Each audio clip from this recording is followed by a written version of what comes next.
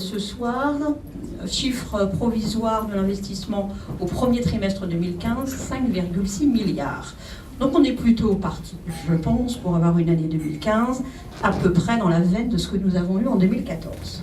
Aujourd'hui, en tout cas les derniers chiffres que nous avons montrent que 40% de l'investissement est fait par des étrangers. Donc c'est donc qu'eux croient dans le potentiel de la France.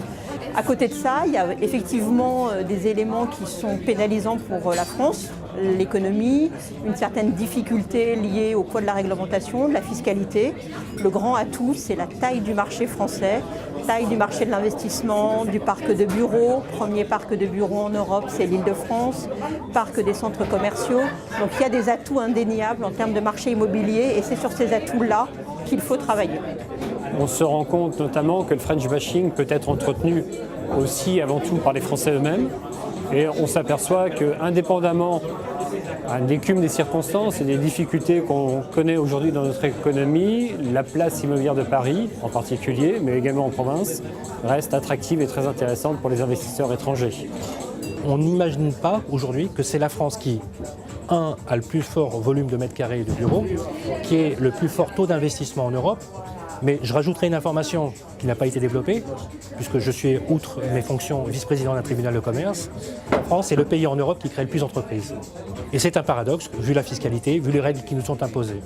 Et je crois que ce que cherchent finalement les investisseurs étrangers, c'est justement la stabilité de notre modèle de société.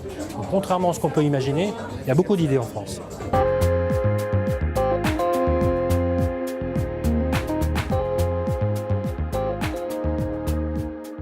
C'est ma première participation et c'est l'occasion d'avoir des échanges très intéressants, très fructueux avec des professionnels de l'immobilier.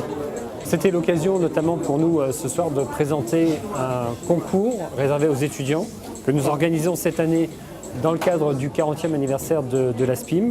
Ces réunions ponctuelles permettent d'échanger un certain nombre d'expériences. Mais au-delà du croisement de ces expériences, c'est aussi d'échanger des informations très précises, car le marché va très très vite.